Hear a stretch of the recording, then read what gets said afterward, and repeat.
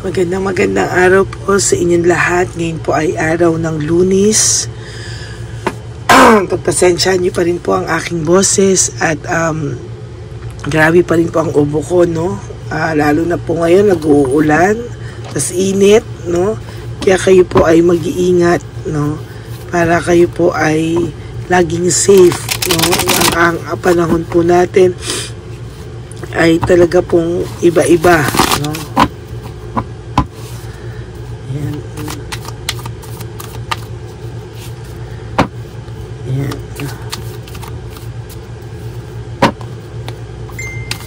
Okay.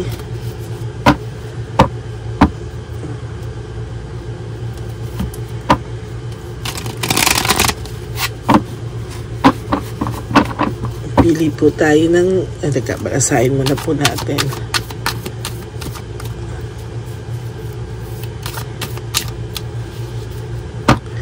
Pili po tayo ng 10.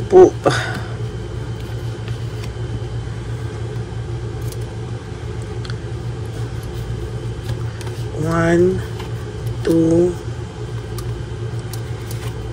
3, 4, 5, 6, 7, 8, 9, 10.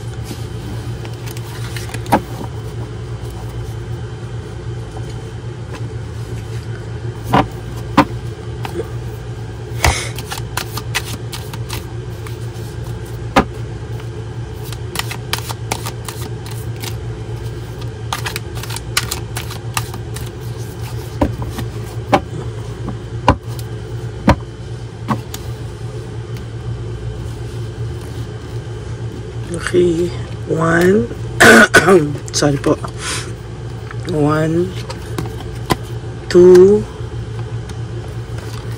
3, 4, 5, 6, 7, 8, 9, and 10. Huwag niyo pong i-skip to.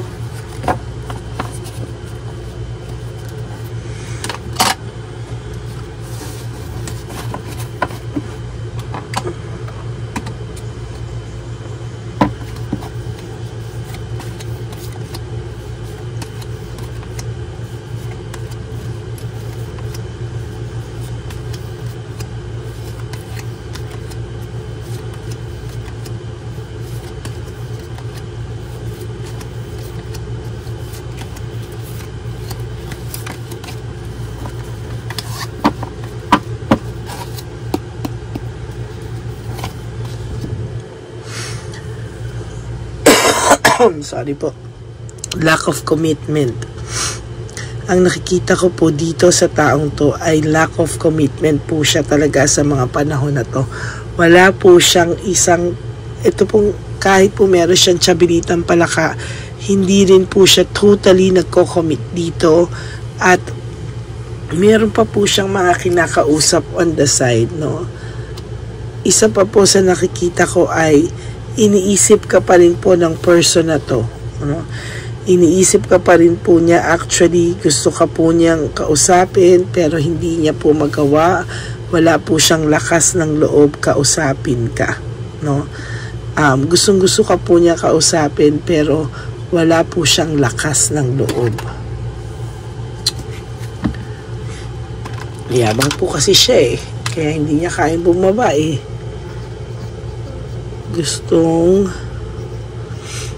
gusto kanya kausapin pero wala siyang lakas na loob.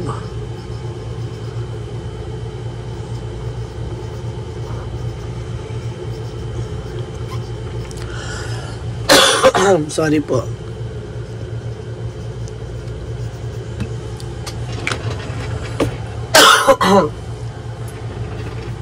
Yan, gustong-gusto ka po niya kausapin pero wala po siyang lakas ng loob para humarap sa'yo.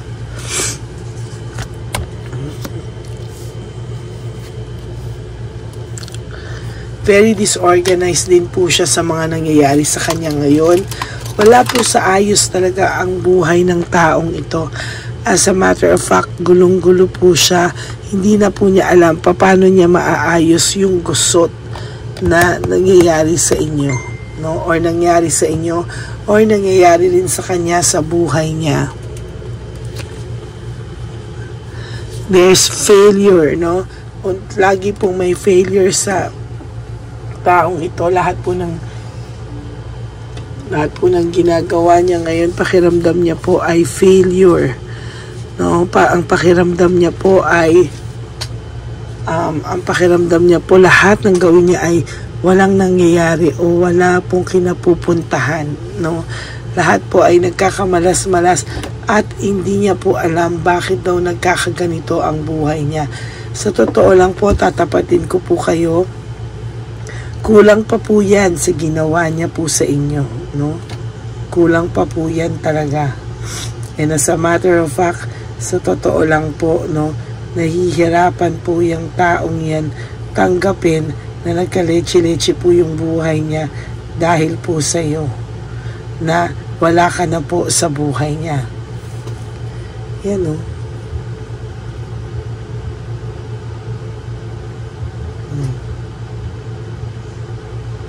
Yan, no?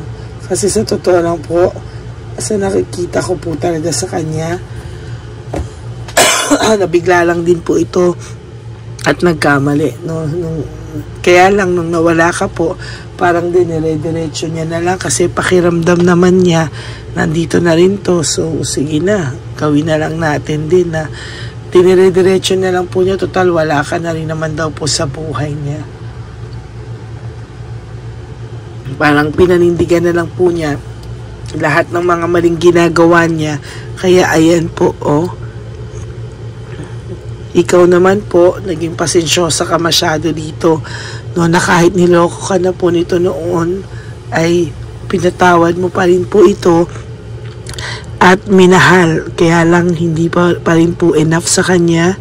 Parang ang dami niya pong hinahanap na hindi mo maintindihan kung ano pa ang kulang. Binigay mo naman na lahat. Iba po ang pagkakakilala niya sa iyo. Nakakalungkot lang po, hindi niya nakita yung lahat ng sinakripisyo mo para sa kanya. Sorry po. Hindi niya po nakita lahat ng sinakripisyo mo para sa kanya. Hindi niya po na-appreciate, at na-appreciate niya lang po nung wala ka na, no? Minsan po, ang masakit dito, ang masaklap dito, minsan marirealize lang talaga ng tao yung worth mo at yung value mo pag nawala ka na po sa buhay nila, no? And for those of you na nandiyan pa rin kayo, hindi lang kayo okay sa ngayon, magkahiwalay kayo ng kwarto or nasa isang roof pa din kayo, marirealize niya lang po talaga ang inyong worth and value kapag po wala na po kayo sa tabi niya. Saklap, no? Minsan, ayan, tsaka niya ngayon, pag nangyari yun, tsaka niya haharapin mag-isa yung mga dagok sa buhay niya, na lahat po ay, ayan, unti-unti po talaga na makikita natin dito na talagang sunod-sunod po talaga, oh. Sunod-sunod po yung dagok sa kanya, at wala na pong katulad mo na sasalo sa kanya, no? Ibang-iba po ang ugali mo kay Chabilitang Palaka at kay Shocks, no?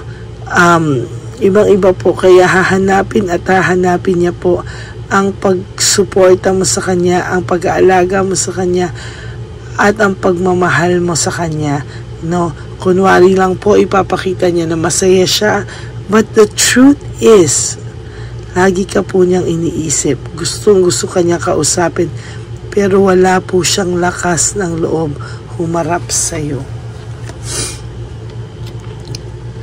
Kasi po, feeling niya po, dapat ikaw yung gumawa ng way, dapat ikaw lahat, dahil feeling niya mahal na mahal mo siya. Imbis na na-appreciate niya po yun, ang ginawa niya pa po is somehow lumaki po ang ulo nitong taong to, no? At ngayon po kay Chabelitang Palaka, hindi naman po pagmamahal ang naramdaman niya doon, na-challenge lang po siya kasi bago po, no? Bago. Pero I tell you, konting-konti pa, no? Nagkakakilala na talaga sila ng ugali at ng baho, at talagang dito niya nare-realize magkaiba pala po kayo, no? There is this incident po na nangyari na nakumpara ka po niya totally ng bonggang-bongga dito sa third party nyo, no? And as a matter of fact, talagang sa nakikita ko po ay nakita niya po kung ano yung hinahanap niya ay wala pala kay Chabelitang Palaka. Challenge lang po ang meron kasi sa inyo po, no, nawala na yung challenge, nawala na lahat. Pero yan po yung sasabihin ko sa iyo, hindi po kailanman mapapalitan ang isang tulad mo ng isang Chabelitang Palaka, no? Hindi po talaga kakayanin na mawala. Hindi ka po niya kakayaning mawala, sa totoo lang. Alam mo po, kahit wala na kayo, ang pakiramdam niya lang po kasi is nandyan ka lang anytime, and you are an option to him, na pag gusto niyang bumalik, nandyan ka lang and will accept him open arms, no? Yan po ang dapat mabago sa pagtingin ni Chabelitang Palaka, no? There's hope, faith. Meron po talaga ako nakikita dito na ang pakiramdam niya po talaga is somehow, is somehow talagang pwede ka lang daw po balikan anytime pag gusto niya. Which is, dapat hindi po ganun ang pagtingin niya, no? Kasi sa totoo lang po, hindi po ikaw basta-basta lang, no? Marunong ka pong magmahal. Ikaw yung tao na pag nagmahal, totoo, buo, at mas mahal mo pa po sa sarili mo. Kaya nga po, na-spoil mo ito.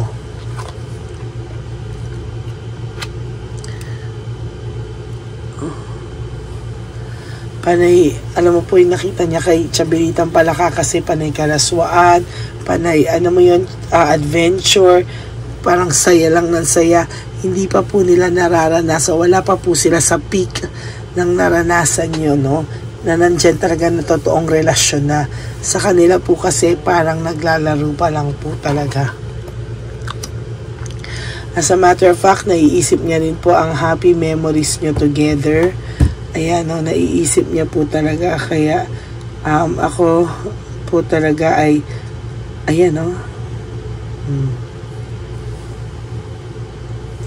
Natutuwa ako kasi kahit po ano pang mangyari, no, buo ka pa rin sa pagkatao mo. Hindi ka po ni minsan mamalasin, no. Wag mo pong iano yung ganyan. Okay. Ako po sa nakikita ko, patuloy ka pong magiging maayos. Ayan.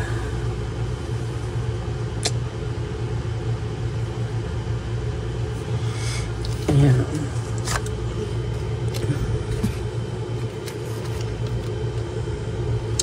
There's home celebration.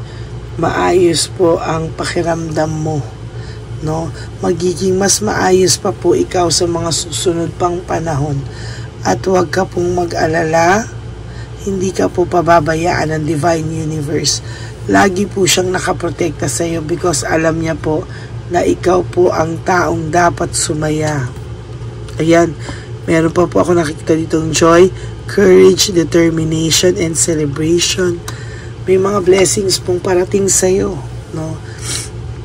May mga blessings pong parating sa iyo. Kaya ako po ay nakikita ko po kung gaano ka protektado, no? Kaya wag ka pong malulungkot. Nangyari man po sa iyo to, it is bound to happen, no? It's really bound to happen. Wag ka pong malungkot, no? Tinuturuan ka lang po at hinahanda ka para sa susunod po, alam mo na ang dapat mong ikilos, dapat mong gawin. Yan, hindi po yung parang binibigay mo lahat, wala ka na sa sarili mo. No? This person also, binihisan mo din to. No? Inalagaan, binihisan.